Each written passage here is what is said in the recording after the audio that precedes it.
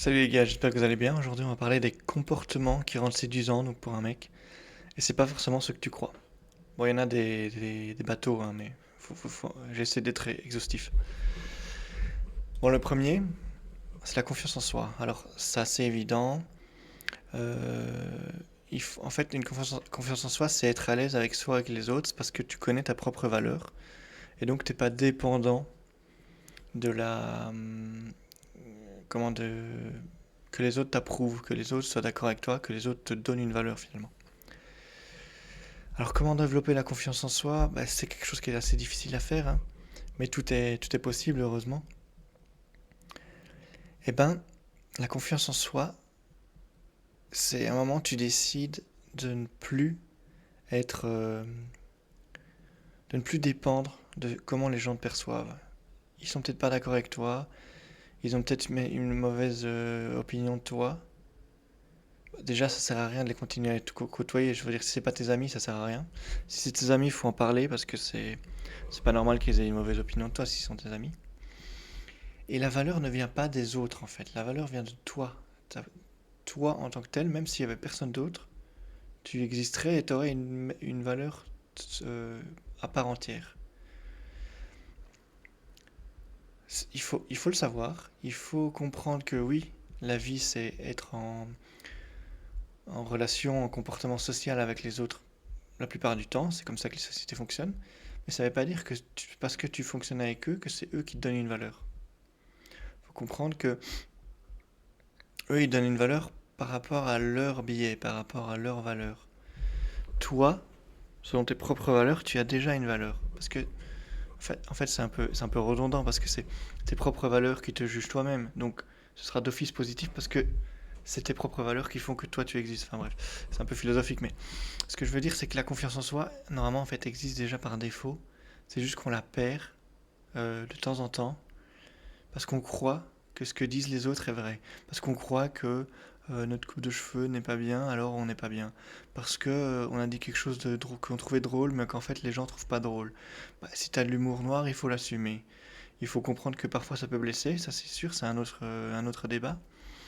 Mais il faut comprendre que toi, ça ne t'empêche pas d'avoir une valeur et d'être quelqu'un quand même de bien ou de vertueux. Si c'est ça que tu cherches en tout cas. Donc tu as une confiance, tu as une valeur intrinsèque, c'est ça qu'il faut comprendre. Je l'ai même pas mis d'ailleurs intrinsèque, bref. Deuxième, est-ce que j'explique à chaque fois? Non, j'allais dire, est-ce que je vous explique à chaque fois en quoi c'est intéressant? En fait, le problème c'est des gens qui n'ont pas confiance en eux, c'est qu'ils veulent tout le temps l'approbation des autres. Et du coup, c'est dérangeant dans une relation parce que tu seras toujours dans une relation où tu attends l'approbation de l'autre. L'écoute. Alors là, c'est quelque chose de très important, qui est très, très peu utilisé, enfin, qui est très difficile à maîtriser, mais qui est simple à faire en fait, mais qui est difficile à... que personne ne fait en fait, mais qui est facile à faire. En fait, il faut avoir une écoute active. En fait, le problème avec l'écoute que les gens font, c'est qu'ils attendent que la personne finisse de parler pour dire ce qu'ils ont à dire, mais ils n'écoutent pas vraiment ce qu'ils disent. Ce que tu peux faire plutôt, c'est écouter ce qu'elle te dit, ne pas prévoir déjà des phrases à l'avance. Elle te dit un truc, elle te parle de, je sais pas, sa famille, machin. Tu rebondis en posant une question sur ce qu'elle vient de dire. Déjà, c'est beaucoup plus simple, parce que au moins tu changes pas de sujet, pardon, tu dois pas réfléchir à des phrases en avant. Après, est-ce que c'est facile de rebondir au début quand t'as pas l'habitude? Non. Donc tu rebondiras peut-être un peu maladroitement, mais c'est pas grave, c'est un exercice à faire qui s'apprend et qui au final est une bonne compétence, pas forcément en séduction, mais en général. Parce que si tu écoutes bien, justement, tu comprends mieux un peu la perception des gens, tu peux mieux après calibrer pour voir ce que la personne pourrait aimer. Donc il faut... donc c'est apprendre à rebondir et apprendre à bien écouter, à écouter vraiment. Ce qui est bien, c'est que ça permet à l'autre de comprendre, de se dire qu'il y a une connexion, parce que tu écoutes vraiment la personne, tu es pas juste dans le je te dis un truc, tu me dis un truc là. C'est vraiment un échange. La légèreté, la légèreté, c'est un peu penser la vie est belle, être optimiste. C'est en fait parce que le monde est rempli de pessimisme. Ça se voit partout. Il y a tes collègues, c'est souvent des rageux, machin. C'est des gens qui ont des désillusions. En fait, ils plaçaient le monde tellement haut que quand ils ont vu le vrai monde, ça les a percutés, ça les a choqués parce qu'ils s'attendaient à autre chose. Tandis que toi, tu sais que le monde n'est pas toujours beau, c'est sûr, mais tu te concentres sur ce qui est beau. C'est ça, c'est un sort de choix, toi. Une des actions à faire, par exemple, pour la légèreté, c'est arrêter de regarder les news. Les news sont des choses où ils t'amènent que les choses négatives. Pourquoi? Parce que d'un point de vue évolutionnaire, d'un point de vue instinctif, c'est toujours bien de savoir les mauvaises choses pour s'y préparer, pour les éviter. Le cas de nos jours, c'est que ça sert à rien de regarder les news parce que vu que tout le monde le fait, s'il se passe un truc d'important, tu auras toujours tes collègues, tu auras tes amis, ta famille pour te dire ce qui se passe. S'il y a vraiment quelque chose d'important. Donc toutes les news importantes, tu vas pas les louper. Donc il n'y aura pas de FOMO, le fear of missing out. Ça veut dire avoir peur de manquer quelque chose d'important. Ça s'applique sur les news, bien sûr. Donc c'est quelque chose de simple à faire, arrêter de regarder les news. En tout cas, les regarder moins souvent, si vous n'arrivez pas à les regarder, d'arrêter complètement. Moi, je regarde jamais, c'est ma famille qui m'explique les trucs importants. Et franchement, je me rends compte que je rate pas grand-chose d'intéressant, hein. Donc, euh, donc voilà. Donc ça permet de garder sa légèreté. Vu qu'en en fait, on se nourrit moins de négatif, mais ça nous pourrit moins de l'intérieur, quoi. Et c'est très utile parce que amener de la légèreté dans la vie, c'est très utile, surtout en séduction. Si t'es un gars qui est toujours en train de râler, en date, ça marche pas bien, toi. Faut rester léger. Quelqu'un d'être entreprenant, bon, ça c'est un peu comme la confiance en soi, c'est quelque chose que tu as beaucoup entendu, mais faut que je développe un peu. Être ambitieux, c'est bien pour toi, c'est bien pour tout le monde en fait, c'est bien pour la société, c'est bien parce que tu développes tes compétences, tu as envie d'aider les gens, tu as envie de proposer un service, machin, c'est bien. Ce que je fais d'ailleurs avec ces vidéos, c'est essayer de développer quelque chose d'intéressant, du contenu qui peut aider. Il faut tenter des choses aussi, c'est ça être entrepreneur, tenter des choses dans la vie. C'est par exemple avoir des projets perso, des projets pro. C'est ça, c'est tenter des choses. Mais c'est aussi tenter des choses avec les filles. C'est genre savoir quand escalader, quand faire du kino, donc toucher physiquement, quand essayer de l'embrasser, machin. Il faut tenter, mais il faut savoir aussi quand c'est les bons moments, entre guillemets. Donc ça, c'est une autre manière, c'est une autre compétence, c'est savoir calibrer. Mais c'est plus dans l'aisance sociale, quoi.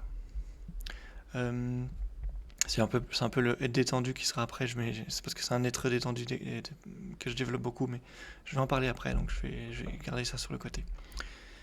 Et en fait, tenter des choses, c'est comprendre aussi que bah, si tu tentes des choses, tout va pas réussir.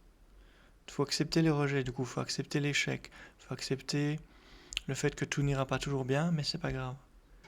Faut garder la vision, faut garder son projet en tête, il faut s'adapter. Tu veux, je sais pas, tu veux ouvrir un restaurant. Bah, c'est compliqué, il faut s'enregistrer, il faut créer une société, il faut trouver un chef si tu n'es pas de chef toi-même, il faut trouver des serveurs. Il faut trouver un local, il faut soit louer, il faut acheter, il faut commander une cuisine si c'est pas un local de restauration déjà. Il faut vérifier les législations de respect de la chaîne alimentaire et tout machin. Il faut respecter les codes d'hygiène, tout ça. C'est toutes des règles qu'il faut appliquer. En fait, on peut le voir comme des obstacles ou comme juste des étapes à passer. C'est une étape à passer pour arriver à ton projet. Tu peux avoir un problème, par exemple, tu trouves pas de local, mais ça prend plus de temps. Bah tant pis, c'est pas grave. En fait, c'est une question de patience, c'est une question de trouver des solutions, d'être créatif. Tout ça, c'est être entreprenant.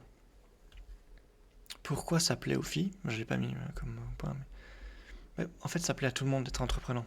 Quelqu'un qui se bouge, ça donne envie. Quelqu'un qui est un peu, ça donne envie à personne, toi. Puis ça promet quelque chose de beau dans l'avenir, toi. Même si tes projets sont pas encore aboutis, ça n'a aucun problème. Tant que tu les as commencés, c'est le principal. Il faut pas non plus s'arrêter au milieu, mais il faut avancer au petit à petit. Faut comprendre que ça prend du temps, mais faut avancer. Après, être détendu, bon, c'est un peu un fourre-tout, c'est être à l'aise partout. En fait, c'est un sorte de mélange entre confiance en soi, donc on en a déjà parlé, et social proof, donc savoir bien se mettre en société, être à l'aise en société, genre ne pas être stable émotionnellement, ne pas être stressé. Une des actions que tu peux faire pour te détendre, justement, bah, c'est déjà, en fait, admettre que tu as un stress, parce que souvent tu es en stress ou tu es en inconfort. Il faut accepter qu'il faut parfois sortir de sa zone de confort pour avoir une plus grande zone de confort, en fait. C'est augmenter sa zone de confort, finalement. Une des actions, c'est par exemple, un exemple concret, hein, c'est aller manger seul, aller aller au cinéma seul. Moi, je fais souvent ça beaucoup parce que bah, mes amis veulent pas voir les mêmes films, par exemple. Je fais ça, il n'y a aucun problème. Tu peux parler avec la caissière, enfin la caissière du cinéma. Tu peux parler Avec le serveur, il y a toujours une manière de sociabiliser si tu te sens mal, toi. Ou tu peux dire au serveur, j'ai pas l'habitude de manger seul, mais je suppose que ça a pas de problème. De toute façon, moi j'avais envie de tester votre restaurant, machin. Le serveur, il va jamais te dire non. De toute façon, il est là. Il est là pour te servir, pour être sympa, normalement. Normalement, ils sont pas tous comme ça, mais. Et pour te faire passer un bon moment. Donc le gars, il va te dire oui, oui, il y a pas de problème. Nous, on a plein de gens qui viennent tout seuls, il y a aucun problème. Si tu te sens mal, tu peux toujours prendre un livre, tu peux être sur ton téléphone, tu peux prendre un journal. Bon, ça prend de la place, mais tu peux toujours ou parler à la table d'à côté si t'es vraiment à l'aise. Mais bon, ça, je pense pas que vous le ferez la première fois. Mais il y a des choses à faire pour se détendre, quoi. Déjà, l'accepter, l'admettre, ça aide à diminuer son stress. Et le stress diminue quand on augmente sa zone de confort, en fait. C'est ça, c'est tout simple. Conclusion. Bah, tous ces comportements, toutes ces qualités en fait que les femmes cherchent, c'est du travail personnel, beaucoup de travail personnel. Mais ce qui est bien, c'est que c'est pas utile que pour la séduction, c'est utile dans tout. Donc ça, c'est bien. C'est souvent une vision du monde à changer, une perspective, une manière de se voir, une manière de voir les autres, une manière de voir la séduction même. Une manière de voir sa vie, d'avoir des projets, de savoir qu'est-ce qu'on veut faire dans la vie. Bon, ça, c'est pour des choses qui prennent du temps. C'est pas toujours ce qu'on veut. C'est normal, en fait. C'est aussi du inner game. Bon, c'est un peu redondant ce que je dis, mais c'est pour ramener les concepts qu'on utilise en séduction. Inner game, c'est travailler sur soi. C'est du développement personnel, en fait. C'est travailler sur soi pour avoir plus de succès en séduction, pour augmenter tes chances, quoi. Et ça prend du temps également. Tout prend du temps. Le travail personnel prend beaucoup de temps. C'est un travail en fait de toute sa vie. Et on progresse petit à petit. Et il n'y a aucun souci à prendre son temps. Voilà, c'est la fin de cette vidéo. Si tu as des questions, il y a les commentaires YouTube. Tu peux aller sur le Discord. J'essaierai d'y répondre des deux côtés. Si tu aimes les vidéos, tu peux mettre un like pour montrer que tu aimes les vidéos. Tu peux t'abonner si tu trouves que les vidéos sont intéressantes pour avoir une notification pour les prochaines vidéos, pour que ça arrive sur ton fil. En fait, sur YouTube, ça marche très mal, je crois, parce que sur la page d'accueil, t'as pas souvent tes abonnements qui arrivent. Mais si tu mets la cloche, par exemple, au moins tu auras la notification. C'est un tips à faire, quoi.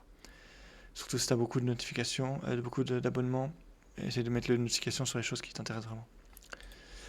C'est tout pour moi, les gars. J'ai pas remis, mais dans tous les cas, ayez du fun avec les filles, c'est le principal. Moi, je vous retrouve la prochaine fois. Et sinon, portez-vous bien, à la prochaine. Ciao, ciao.